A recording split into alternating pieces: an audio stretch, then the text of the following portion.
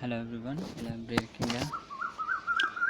So நம்ம B black element பார்த்துட்ருக்கோம். அதில் குரூப் 16 எலிமெண்ட்டை நம்ம டீப்பாக பார்த்துட்டு போயிட்டுருக்கோம். கரெக்டாக? ஸோ அப்படி பார்க்கும்போது ஒரு 5 மினிட்ஸ் வந்து லாஸ்ட் கிளாஸ் என்ன பார்த்தோன்னா ஒரு வாட்டி ரிவைஸ் பண்ணிடலாம். அதுவும் இல்லாமல் வீடியோ லென்த்தை பார்த்துட்டு இன்றைக்கி கொஞ்சம் ஹாப்பியாக இருந்திருப்பீங்க நீங்கள். சரியா? இன்றைக்கி வந்து சின்ன டாபிக் ஓசோன் தான். சரியா?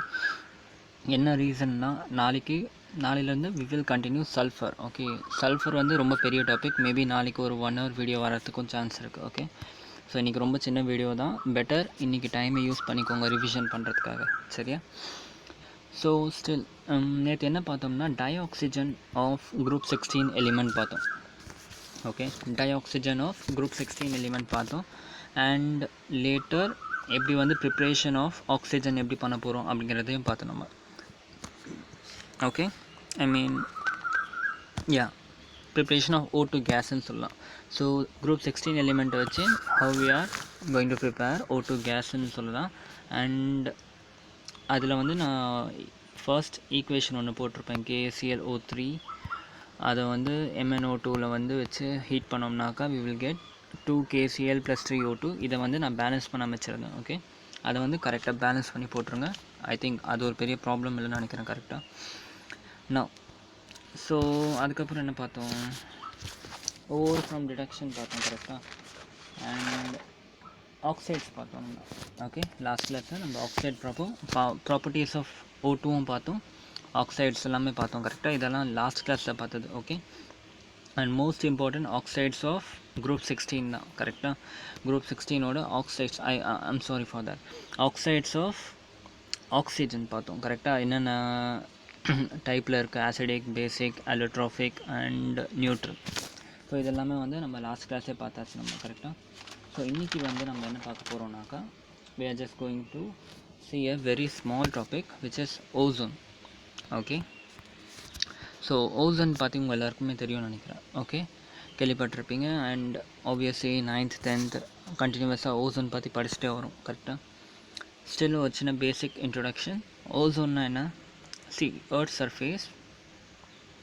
okay, earth surface சுற்றி okay there will be a covering. okay, this covering is known as ozone. okay, and அது எப்படி ஃபார்ம் ஆயிருக்குன்னா O3 கேஸ் வச்சு ஃபார்ம் ஆயிருக்கும். ஓகே, ஸோ நான் இந்த O3 கேஸ், அதாவது இந்த ஓசோன் எங்கே வந்து earthல வந்து ஃபைண்ட் பண்ண முடியும் பார்த்தோம்னாக்கா it is just above the troposphere. okay, and in middle up to the middle of stratosphere. okay, earth's oda layer தெரியும்ல, first வந்து troposphere, stratosphere, அப்புறம் trust me நான் இப்படி தான் ஞாபகம் வச்சுருப்பேன். troposphere, stratosphere, mesosphere, okay, ionosphere and exosphere. கரெக்டாக? So அதில் வந்து troposphereக்கும் ரொம்ப டாப் லேயர். ஓகே, அண்ட் ஸ்ட்ராட்டோஸ்பியரில் நியர்லி பாதி அந்த டிஸ்டன்ஸ் வந்து நம்ம ஓசோன் கேஸ் வந்து கவர் பண்ணியிருக்கோம். ஓகே, அண்ட் இதோட திக்னஸ் வந்து கண்டிப்பாக சேமாக இருக்காது.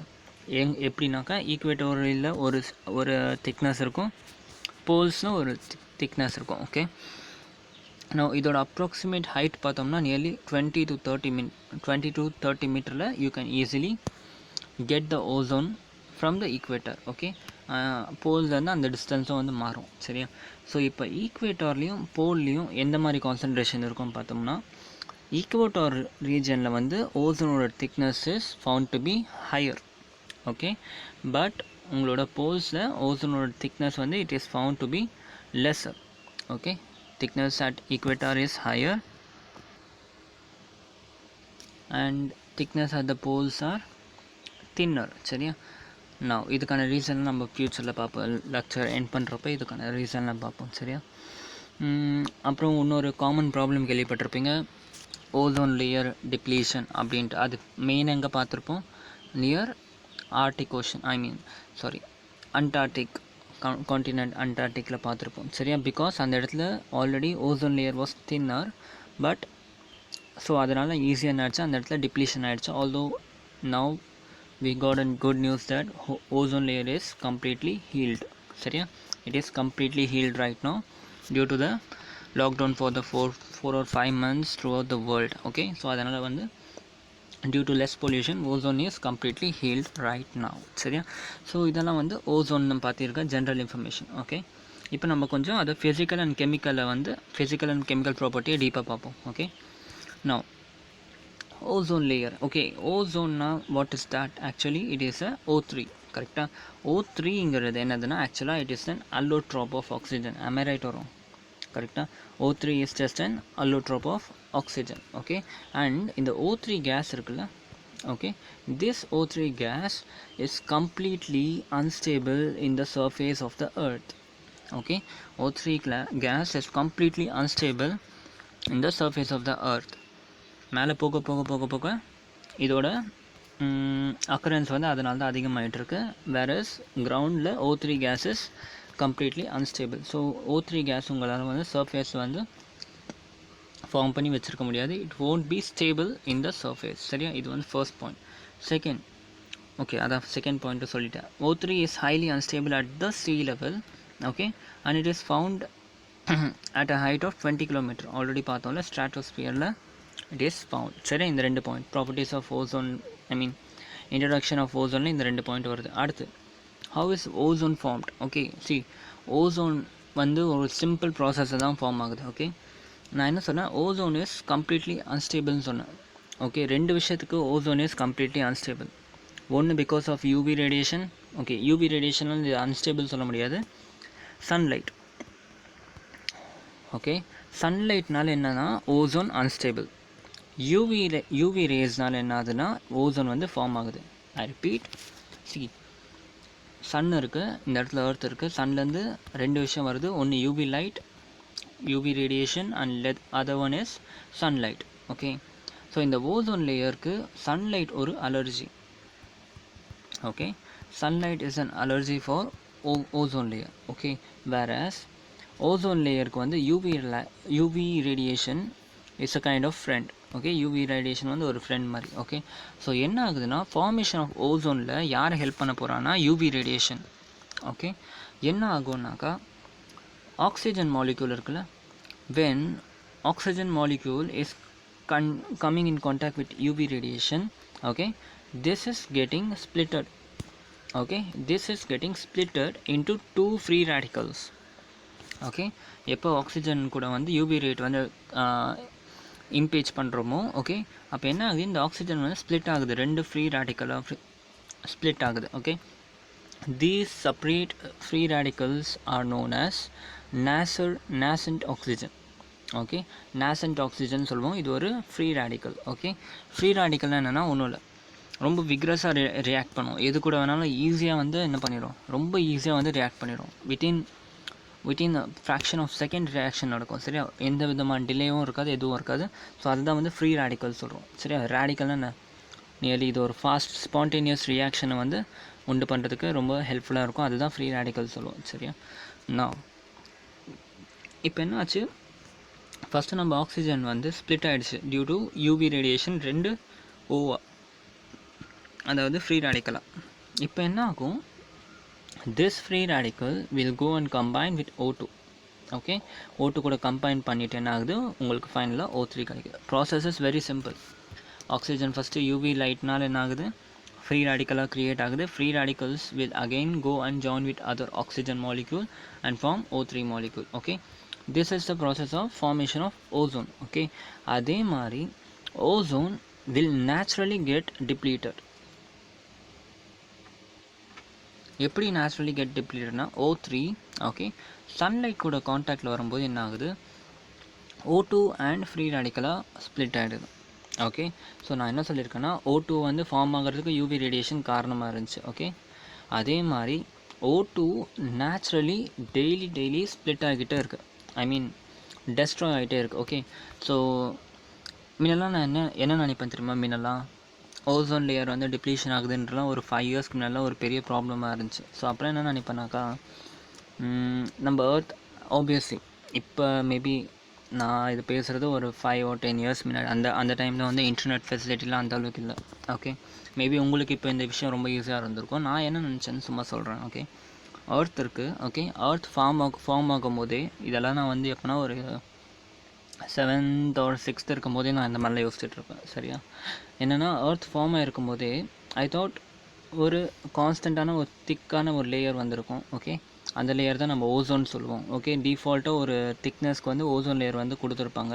ஓகே, கொடுத்துருப்பாங்களோ இல்லை ஃபார்ம் ஆகிருக்குமோ. ஓகே, ஸோ இதுதான் ஓசோன் லேயர்னு நினச்சேன். ஓகே, என்னென்னா நம்ம என்ன பண்ணிகிட்ருக்கோம், இப்போ பொல்யூஷன் பண்ணி பண்ணி பண்ணி பண்ணி இதை வந்து டிப்ளீட் பண்ணிகிட்ருக்கோம் அப்படின்ட்டு நான் நினச்சேன். ஓகே, நான் அதுதான் நினச்சேன். அது ஒரு ஹியூஜ் ஒரு ஹியூஜ் மாஸ், அதை வந்து நம்ம கொஞ்சம் கொஞ்சமாக வந்து பொல்யூட் பண்ணிகிட்ருக்கோம் அப்படின்னு நினச்சேன். ஓகே, பட் போக போக தான் எனக்கு தெரிஞ்சது ஓசோன் வந்து நேச்சுரலாகவே டிப்ளீட் ஆகிட்ருக்கும். டெய்லி நேச்சுரலாகவே டிப்ளீட் ஆகிருக்கும். எந்த ரேட்டில் அதோட ஃபார்மேஷன் நடக்குமோ அதே ரேட்டில் டியூ டு நேச்சுரல் ப்ராசஸே அது டிப்ளீட் ஆகிட்ருக்கும். ஓகே, அதுக்கு என்ன காரணம்னா இந்த ரியாக்ஷன். ஓகே, whenever உங்கள் O3 வந்து சன்லைட் கூட கான்டாக்டில் வருதோ it will again come back to oxygen and free radical. Okay, அப்புறம் எதுக்கு நம்ம வந்து இப்போ அந்த டிப்ளீஷன் ப்ராப்ளம் வந்து ரொம்ப பெரிய விஷயமாக பேசிகிட்டு இருந்தோம் கொஞ்சம் நாளைக்கு முன்னாடினாக்கா, டியூ டு பொல்யூஷன். ஓகே, என்ன ஆச்சுனாக்கா ஒரு பக்கம் ஃபார்மேஷன் ஆகிட்டுருக்கு ஓசோன், ஒரு பக்கம் naturally it is getting depleted. ஏதோ ஒரு விதத்தில் both are in equilibrium. Formation அதிகமாச்சுன்னா டிப்ளீஷன் கம்மியாகும், டிப்ளீஷன் கம்மியாச்சுன்னா ஃபார்மேஷன் அதிகமாகும். ரெண்டுத்தோட ரேட்டும் it was nearly same. Okay, but due to development, okay, நம்மளோட டெவலப்மெண்ட்னால என்ன பண்ணும், இந்த நேச்சுரலாக டிப்ளீட் ஆகிறது கூட we started depleting it even more. Okay, இதோட ரேட் ஆஃப் ஃபார்மேஷனோட இதோட ரேட் ஆஃப் டிப்ளீஷனை நம்ம ரொம்ப ரொம்ப அதிகப்படுத்திடும். எப்படின்னா due to CFCs and other chemicals. Okay, அதனால தான் என்னாச்சு, நம்மளோட rate of depletion started to increase. Okay, so அதனால் என்ன ஆகுதுனாக்கா நம்ம ஃபார்மேஷன் ரொம்ப சின்னதாக இருக்குது, வேரஸ் டிப்ளீஷன் இஸ் ரொம்ப ஃபாஸ்ட். ஓகே, இப்போ டியூ டு லாக்டவுன் என்ன ஆகிடுச்சு, நம்ம பண்ணுற பொல்யூஷன் எல்லாத்தையும் கம்மி பண்ணிட்டோம். So naturally ozone got healed by itself. Okay, so this is one point I wanted to say. சரியா? So ozone formation and depletion புரிஞ்சுன்னு நினைக்கிறேன். நெக்ஸ்ட், ஸோ இது எல்லாருக்கும் தெரிஞ்ச விஷயம், ozone protects our earth from UV radiation from the sun. Okay, this thing is known for all. Okay, இப்போ next பார்ப்போம். Next ஒரு important point, preparation of ozone in lab. Okay, நேச்சுரலாக ஃபார்ம் ஆகிறது ஒரு பக்கம், it is taking place in the upper atmosphere. Okay, we are not worried about that. ஒரு வேளை எனக்கு ஓசோனை வந்து லேபில் ப்ரிப்பேர் பண்ணோம் அப்படின்னாக்கா வாட் கேன் ஐ டூ, என்னன்னாக்கா ஒரே ஒரு ஆக்சிடைசர் இருக்குது. என்ன பேர்னா Brodie oxidizer. Okay Brodie ozonizer. I'm sorry for that. Brodie ozonizer is the என்ன சொல்கிறது, எப்படி சொல்கிறது, இன்ஸ்ட்ருமெண்ட் சொல்லலாமா? Brodie ozonizer is an instrument. இதை யூஸ் பண்ணி we can easily create ozone layer in the surface of the earth, அதாவது இந்த laboratory. Okay, என்ன பிரின்சிபிள்னா, oxygen gas is passed through this ozonizer under high electric current. Okay, which convert O2 into O3. Simple. ஒரு equipment இருக்குது, இதுக்கு பேர் Brodie ozonizer. I'm sorry for that. Brodie ozonizer. Okay, Brodie ஓசனைசரில் என்ன பண்ண போகிறோம், நம்ம we are going to inject oxygen in it and நமக்கு வெளியே வர மாலிக்யூல் என்னன்னு பார்த்தா O3 இருக்கும். சரியா? ஸோ இந்த ப்ராட்ஜி ஓசனைசரை யூஸ் பண்ணி நம்ம ஜஸ்ட் ஒரு சிம்பிள் எக்யூப்மெண்ட் இதை யூஸ் பண்ணி ஓசோனை வந்து க்ரியேட் பண்ணுறோம். ஓகே, என்ன நோட் பண்ணோன்னாக்கா, இந்த ஓசோனைசர் இருக்குல்ல, இந்த ஓசோனைசரில் we are providing very high electric current. So நம்ம very high electric current provide பண்ணுறதுக்கான ரீசன் என்ன, இது ஒரு கொஷனாக இருக்கலாம். சரியா? What is the reason for providing very high electric current? என்னன்னாக்கா ஒரே ரீசன் தான், நான் ஆல்ரெடி உங்களுக்கு சொல்லியிருக்கேன். ஆக்சிஜன் மாலிக்யூல் இருக்குல்ல, இது எப்படி இருக்கும், டபுள் பாண்டில் இருக்கும். It will B held with a double bond. Okay, so இந்த double bond break பண்ணுறதுக்கு I need very high amount of energy which is known as bond dissociation energy. Okay, so அதோட value எவ்வளோ இருந்துச்சு, it was nearly 450 I think so kilojoule per meter cube. Let me confirm that, 1 minute.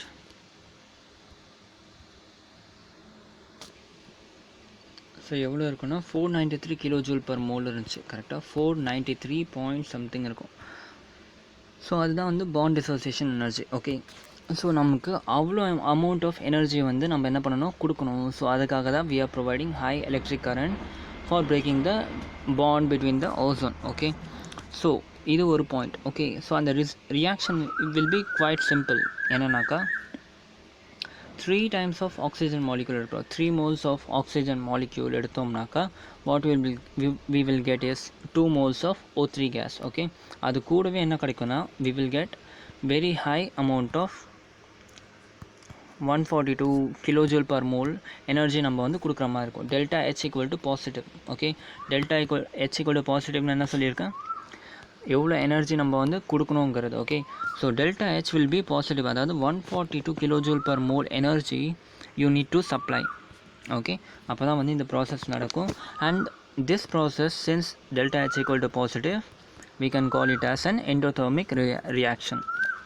Okay, endothermic reaction என்ன பண்ணுவோம், that reaction will require energy from outside. அப்போ அந்த மாதிரி ரியாக்ஷனை endothermic reaction சொல்லுவோம் நம்ம. கரெக்டாக?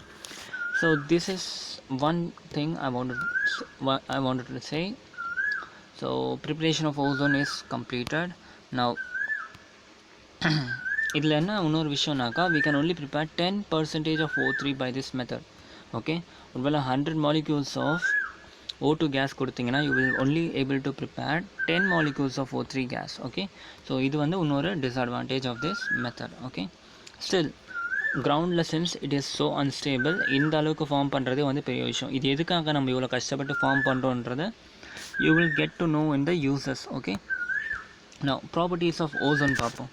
ஓகே, ஓசோன் கேஸ் வந்து it's not definitely colourless gas. Okay, அந்த சவுண்ட் நல்லா இருக்குல்ல, குயிலோட சவுண்ட். ஓகே, நான் ஸோ ப்ராப்பர்ட்டி ஆஃப் பார்த்தோம்னா ப்ராப்பர்ட்டி ஆஃப் ஓசோன் பார்த்தோம்னாக்கா ஃபர்ஸ்ட் கலர். ஓகே, ஆக்சிஜன் கேஸுக்கு தெர் வாஸ் நோ கலர், கரெக்டாக, பட் ஓசோன் கேஸுக்கு கலர் இருக்க போகுது. அதே மாதிரி ozone liquid and ozone solid. கேஸை கொஞ்சம் கம்ப்ரெஸ் பண்ணால் லிக்விட் ஆகும், இன்னும் கொஞ்சம் கம்ப்ரெஸ் பண்ணாக்கா சாலிட் ஆகும். ஓகே, ஸோ கேஸாக இருக்கும்போது அதோட கலர் வந்து pale blue colour. Okay, and the same லிக்விடாக இருக்கப்போ அதோட கலர் வந்து டார்க் ப்ளூ கலர், அண்ட் சாலிடாக இருக்கப்போ அதோட கலர் வந்து violet colour. Okay, this is the first property ஓசோனோட கலர். செகண்ட் ப்ராப்பர்ட்டி என்னென்னா அதுக்கு ஸ்மெல்லும் இருக்கும் கண்டிப்பாக. It has a characteristic smell. Okay, so அதுக்கு வந்து ஓடர்லெஸ்ஸாக இருக்காது. ஆக்சிஜன் மாலிகுல் எப்படி ஓடர்லெஸ்ஸாக இருக்குது, அந்த மாதிரி ozone will not be odourless. Okay, second and third thing, inhaling this in lesser concentration, okay, is not harmful, but once நீங்கள் இது 100 ppmக்கு மேலே இன்ஹேல் பண்ணிட்டீங்கன்னா this will cause headache and vomit. okay, இது வந்து it's not good for health and it will cause headache and vomit. So inhaling it in a lesser concentration is not harmful, but if you inhale it more than 100 ppm then it will definitely cause you headache and vomit. This is the third one. Okay, third property. Then the fourth one, and it's an important property, thermodynamically it is unstable. அதுக்கு என்ன அர்த்தம்? Fourth property states that thermodynamically it is unstable. Already நான் சொல்லியிருக்கேன், O3 கேஸை வந்து நம்ம சர்ஃபேஸில் வச்சோம்னாக்கா okay என்ன ஆகுது, O2 ப்ளஸ் ஃப்ரீ ரேடிக்கலாக ஃபார்ம் பண்ணிடும். why? because due to sunlight or due to exothermic reaction. Okay, புரியுதா என்ன சொல்கிறேன்ட்டு? எக்ஸோதர்மிக்கில் எக்ஸ்டர்னல் சப்ளை O3 கேஸை நம்ம வந்து ஃப்ரீயாக அட்மாஸ்பியரில் விட்டால் என்ன ஆகும், சன்லைட்னால அது பிரேக் ஆகும். ஓகே, அதே O3 கேஸை நம்ம சர்ஃபேஸில் வச்சா என்ன ஆகும், due to external supply.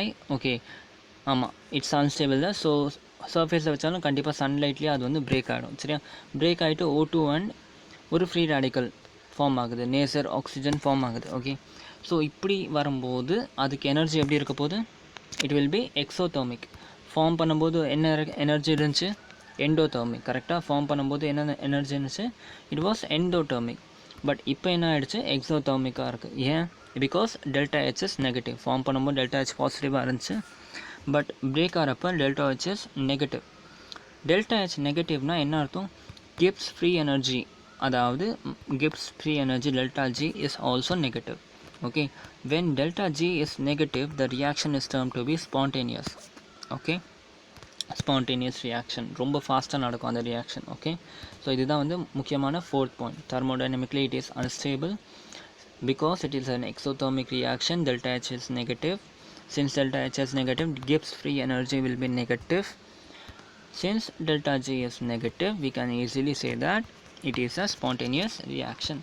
Last year oda thermodynamic oda concept la irukku indha idula seriya. Adutha fifth one, it is a powerful oxidizing agent. ஏன் அப்படி சொல்கிறேன்னா, நான் என்ன சொல்லியிருக்கேன், ஓசோன் என்ன ரிலீஸ் பண்ணுது, ஒரு ஃப்ரீ ரேடிக்கல் ரிலீஸ் பண்ணுது. And it is delta G equal to, இப்போ தான் நம்ம பார்த்தோம், it is negative. Delta G நெகட்டிவ்னா ஸ்பான்டேனியஸ் ரியாக்ஷன் க்ரியேட் பண்ணும். ஓகே, அப்போனா என்ன அர்த்தம், ஒரு விஷயத்தை வந்து ஈஸியாக ஆக்சிடைஸ் பண்ணிவிடும். பிகாஸ் இதுக்கு அந்த அளவுக்கு கெப்பாசிட்டி இருக்குது. சரியா? ஃபார் எக்ஸாம்பிள் நான் என்ன எடுத்துருக்கேன், லெட் சல்ஃபைட் எடுத்திருக்கேன். லெட் சல்ஃபைட் பிபிஎஸ் எடுத்திருக்கேன். இந்த இடத்துல வந்து 4 மாலிக்யூல் ஆஃப் ஓசோன் எடுத்திருக்கேன். 4 மாலிக்யூல்ஸ் ஆஃப் ஓசோன். நான் என்ன ஆகுதுன்னா, இதுவும் ரியாக்ட் பண்ணிவிட்டு என்ன ஆகுது, டிஸ்பிளேஸ்மெண்ட் ரியாக்ஷன் சொல்லலாம்னா கரெக்டாக. Pb will get oxidised to PbSO4 lead sulfate. Okay, and இது வந்து என்ன ஆகுது, 4O2 மாலிக்யூலாக வந்து இதுவாகிடு, கன்வெர்ட் ஆகிடுது. ஓகே, ஸோ என்ன ஆச்சு, லெட் சல்ஃபைட்டாக கொடுத்தீங்க, லெட் சல்ஃபைட்டாக கொடுத்து லெட் சல்ஃபேட்டாக உங்களுக்கு கிடச்சிச்சு. Let has God oxidised. இப்படியும் பார்க்கலாம். இல்லாட்டி என்ன பண்ணலாம், ஜஸ்ட் இதோட சார்ஜஸ் பாருங்கள். லெட்டோட சார்ஜ் என்ன, +2, சல்ஃபரோட சார்ஜ் வந்து -2. ஓகே, ஸோ இந்த இடத்துல வந்து +2 அண்ட் -2 இருக்குது. ஆனால் என்ன ஆகிடுச்சு, இந்த ரியாக்ஷன் கூட சேர்றதுனால இந்த இடத்துல சார்ஜ் கால்குலேட் பண்ணிங்கன்னா லெட்டோட சார்ஜ் வந்து +6ன்னு வரும். சரியா? ஸோ +2லேருந்து +6 கன்வெர்ட் ஆகிருக்கு. Okay, so it is oxidised. Okay, புரியுதா? அடுத்து முக்கியமானது இந்த ரியாக்ஷன். ஓகே, இந்த ரியாக்ஷன் பாருங்கள். அதே மாதிரி தான் இந்த ரியாக்ஷன் ரொம்ப இம்பார்ட்டன்ட். NO + O3. என்னன்னா என்ன, நைட்ரோஜஸ் ஆக்சைடு. ஸோ NOன்னா நைட்ரோஜன் மோனாக்சைடு. அப்போ என்ன ஆக போகுதுன்னா, நைட்ரோஜன் NO, இந்த NO கூட O3 ஆட் பண்ணோம்னாக்கா என்ன ஆகும்னாக்கா, NO will get oxidized to NO2, nitrogen gas, nitrogen dioxide and O2 molecule கிடைக்கும். சரியா? ஆனால் என்ன பிரச்சனைனா, இதுதான் நமக்கு ஒரு பெரிய பிரச்சனையாகவே இருக்குது. இதனால தான் நம்ம ஓசோன் டிப்ளீட் ஆகிட்டுருக்கு. பிகாஸ் நம்ம யூஸ் பண்ணுற ஜெட்ஸ், ஏரோப்ளேன்ஸ்லாம் என்ன ரிலீஸ் பண்ணோம்னா, நைட்ரோஜன் கேஸ்,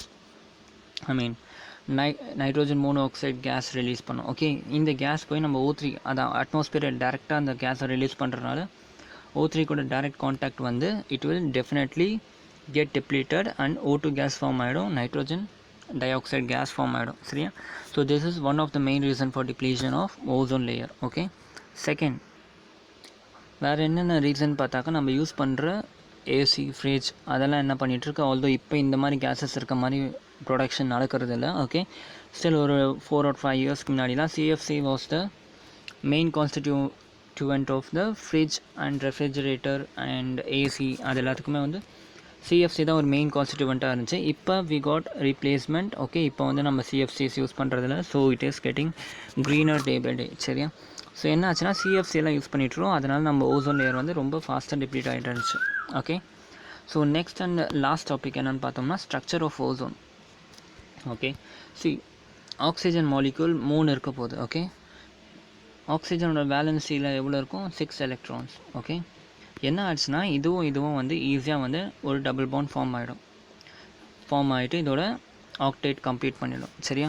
பட் இந்த இடத்துல என்ன ஆகிடுச்சு, 1 2 3 4 5 6 இதுக்கு வந்து ஆக்டேட் வந்து ஃபில் ஆகலை. ஓகே, ஸோ என்ன பண்ணுன்னா, இங்கே இருக்க லோன் பேர் கூட ஷேரிங் பண்ணிக்கும். ஓகே, ஸோ ஒரு லோன் பேர் ஷேரிங் இருக்கும். லோன் பேர் ஷேரிங் ஒன்று இருக்கும் அண்ட் ஒரு டபுள் பாண்ட் இருக்கும். சரியா? இதுதான் Lewis dot structure for ozone. Okay, இதோட ரெசோனன்ஸ் ஸ்ட்ரக்சர் பார்த்தோம்னா இதுக்கு அப்படியே ஆப்போசிட்டில் வரும். ஓகே, ரெசோனன்ஸ் ஸ்ட்ரக்சர் பார்த்தோம்னாக்கா இந்த இடத்துல டபுள் பாண்ட் வந்துடும், இந்த இடத்துல வந்து லோன் பேர் ஷேரிங் வந்துடும். சரியா? ஸோ இப்போ ஜென்ரல் ஸ்ட்ரக்சர் ஆஃப் ஓசோன் எப்படி வரைவோம்னாக்கா, இட் இஸ் சிம்பிள். இது 3 ஆக்சிஜன் போட்டுக்கோங்க, டபுள் பாண்ட் இந்த இடத்துல இருக்குது, இந்த இடத்துல லோன் பேர் இருக்குது. ஸோ என்ன பண்ணுங்கள், first thing just draw a single bond like this. Okay, 2 single bond வரைஞ்சிருங்க.